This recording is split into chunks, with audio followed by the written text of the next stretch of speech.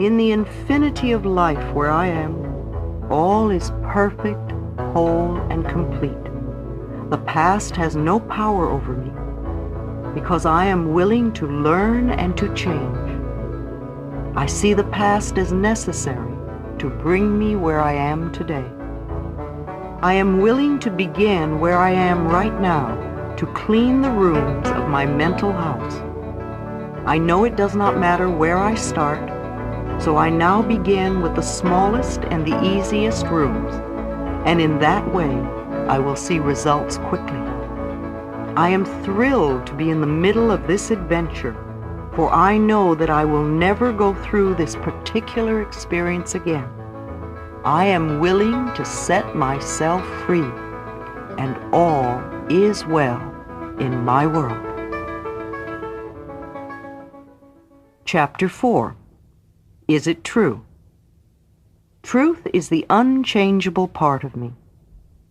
The question, is it true or real, has two answers, yes and no. It is true if you believe it to be true. It is not true if you believe it isn't true. The glass is both half full and half empty, depending on how you look at it. There are literally billions of thoughts we can choose. Most of us choose to think the same kinds of thoughts our parents used to think. But we don't have to continue to do this. There is no law written that says we can only think in one way. Whatever you choose to believe becomes true for you. Examine your thoughts. Whatever we believe becomes true for us.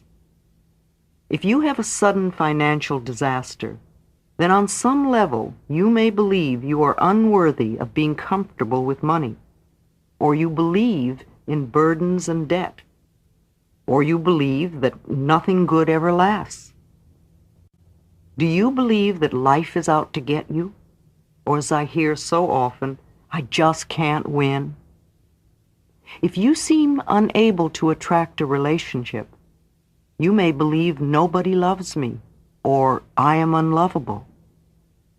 Perhaps you fear being dominated as your mother was, or maybe you think people are just out to hurt me. If you have poor health, you may believe illness runs in our family, or that you are a victim of the weather, or perhaps it's I was born to suffer, or it's just one thing after another. Or you may have a different belief. Perhaps you're not even aware of your belief. Most people really aren't. They just see the outer circumstances as being the way the cookie crumbles. Until someone can show you the connection between the outer experience and the inner thought, you remain a victim of life. The problem could be a financial disaster, and the belief may be, I'm not worthy of having money. Or the problem could be no friends, with the belief nobody loves me. Or problems with work could come from a belief that I'm not good enough. Or always pleasing others could be the problem that comes from the belief I never get my way. The problem comes from a thought pattern, and thought patterns can be changed. It may feel true, it may seem true, all these problems we're wrestling with and juggling in our lives. However, no matter how difficult an issue we are dealing with, it is only an outer result or the effect of an inner thought pattern. If you don't know what thoughts are creating your problems, look at the problems in your life. Ask yourself, what kinds of thoughts am I having that are creating this? If you allow yourself to sit quietly, your inner intelligence will show you the answer. It's only a belief you learned as a child.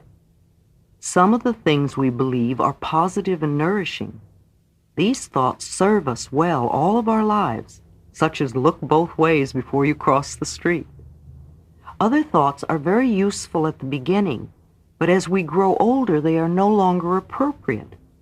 Don't trust strangers may be good advice for a small child, but for an adult to continue this belief will only create isolation and loneliness.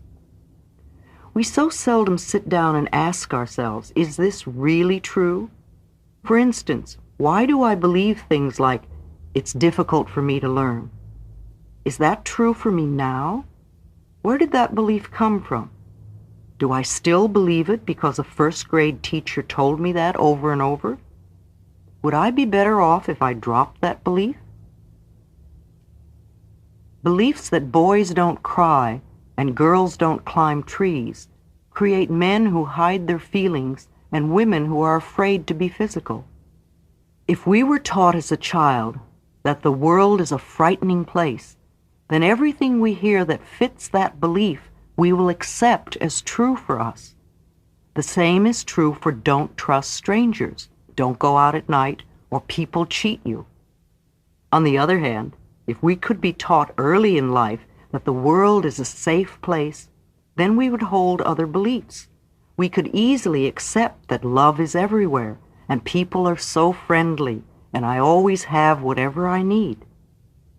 If you were taught as a child that it's all my fault, then you will walk through your life feeling guilty no matter what happens. Your belief will turn you into someone who's constantly saying, I'm sorry, I'm sorry. If you learn to believe as a child, I don't count, then this belief will always keep you at the end of the line wherever you are. Sometimes you will feel you're invisible when others fail to notice you. Did your childhood circumstances teach you to believe nobody loves me? Then surely you will be lonely. Even when you bring a friend or a relationship into your life, it will be short-lived. Did your family teach you there is not enough?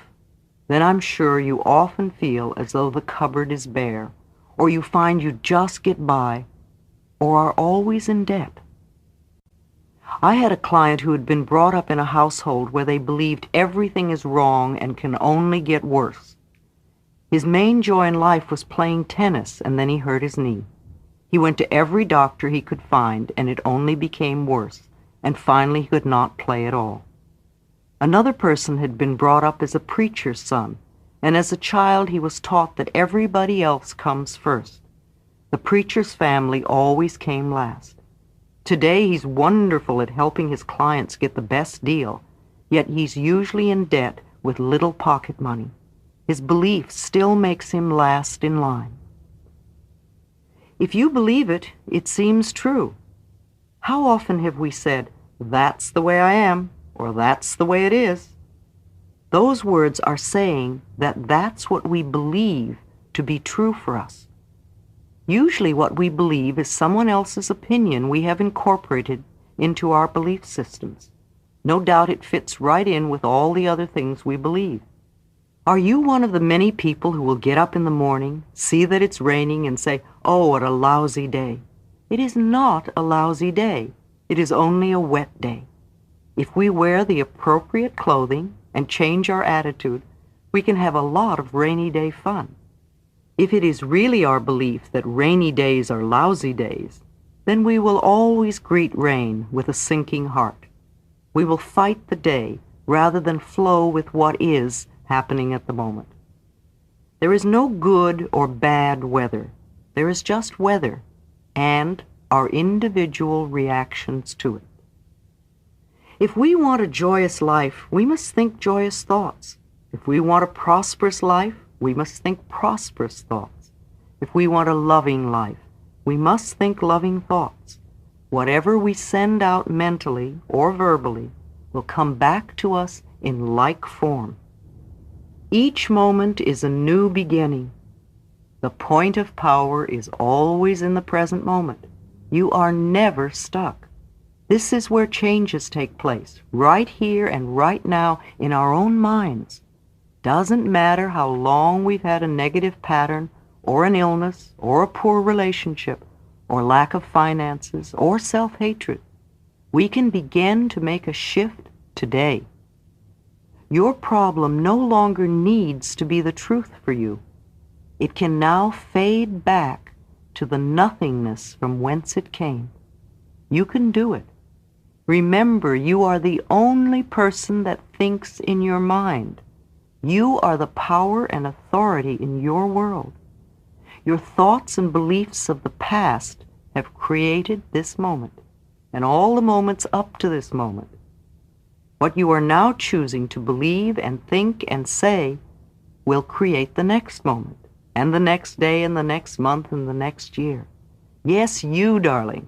I could give you marvelous advice coming from my years of experience, yet you can continue to choose to think the same old thoughts. You can refuse to change and keep all your problems. You are the power in your world. You get to have whatever you choose to think. This moment begins the new process. A new beginning for you is right here and right now. Isn't that great to know?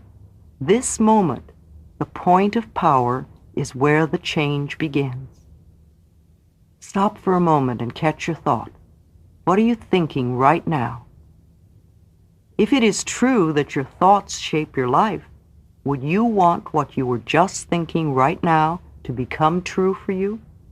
If it's a thought of worry or anger or hurt or revenge or fear, how do you think this thought will come back to you? It is not always easy to catch our thoughts because they move so swiftly. However, we can begin right now to watch and listen to what we say. If you hear yourself expressing negative words of any sort, stop in mid-sentence. Either rephrase the sentence or just drop it. You could even say to it, out. Imagine yourself in line at a cafeteria, or perhaps at a buffet table in a luxurious hotel. Instead of dishes of food, there are dishes of thoughts. You get to choose any and all thoughts you wish. These thoughts create your future experiences. Now, if you choose thoughts that will create problems and pain, that's rather foolish. It's like choosing food that always makes you ill. We may do this once or twice, but soon we learn which foods upset our bodies. We stay away from them. Let us stay away from thoughts that create problems and pain. One of my early teachers, Dr. Raymond Charles Barker, would repeatedly say, when there is a problem, there is not something to do, there is something to know. Our minds create our future. When we have something in our present that is undesirable, then we must use our minds to change the situation. And we can begin to change it this very second. It is my deep desire that the topic, how your thoughts work, be the very first subject taught in school. I have never understood the importance of having children memorize battle dates. It seems such a waste of mental energy. Instead, we could teach them important subjects such as how the mind works, how to handle finances, how to invest money for financial security, how to be a parent, how to create good relationships, and how to create and maintain self-esteem and self-worth. Imagine what a whole generation of adults would be like if they had been taught these subjects along with a regular curriculum. Think how these truths would manifest. We would have happy people who feel good about themselves. We would have people who are comfortable financially and who enrich the economy by investing their money wisely. They would have good relationships. They would be comfortable in parenthood and create another generation of children who feel good about themselves. Within all this, each person would remain an individual expressing their own creativity. There's no time to waste. Let's continue with our work.